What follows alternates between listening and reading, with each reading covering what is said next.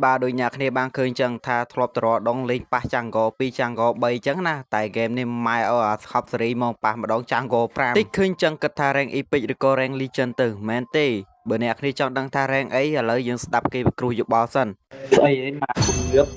mà na trục đuôi mày men mà cùng lọp khét mày nhảy đuôi mà hề mà cùng thòm này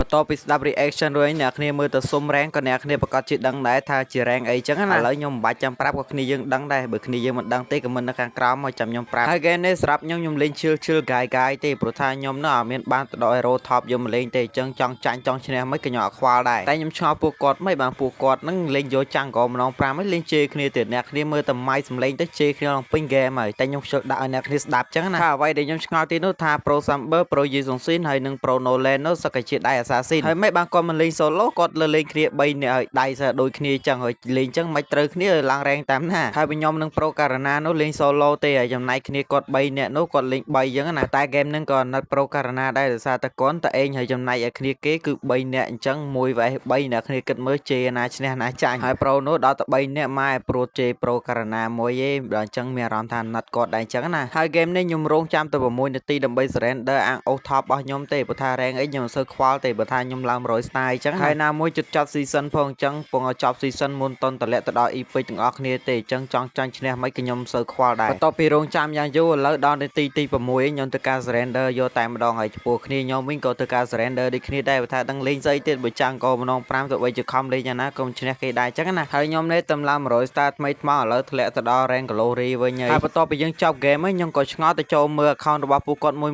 អញ្ចឹងណាហើយចំណែក pro នេះវិញដៃចាំងក៏ផងដៃ mm ផងហើយ hero ចាំងក៏របស់គាត់មិនបាច់ចាំមើល win rate ទេនិយាយទៅ win rate ក្រោម50ទាំងអស់ហ្នឹងបន្ទាប់មកខ្ញុំទៅមើល account របស់ pro Yizongsin ដែលគាត់លេងមាញ់អញ្ចឹងណាហើយ rank របស់គាត់រៀងធំដែរ107 star ដែរអញ្ចឹងណានិយាយទៅរៀងធំម៉ែអត់ធំហើយដៃគាត់ដៃរោមទេបន្ទាប់មកទៀតខ្ញុំទៅមើល account របស់ pro Nolan ដែលគាត់លេងមាញ់ដែរហើយគាត់ដៃ mm ទេតែម៉ែចង់លេង hyper សាហាវជាចុងក្រោយខ្ញុំទៅមើល rank របស់កូនពើរបស់ខ្ញុំណាគឺ pro Karana មាញ់ប្រហែលជាជេរទក់សាច់ពេកហើយមើលទៅណាត់គាត់ដែរអញ្ចឹងណានិយាយទៅ rank របស់គាត់ហ្នឹងគឺមកល្មមដែរ100 star ជាងហើយគាត់ដៃ XP ផងដៃ hyper ផង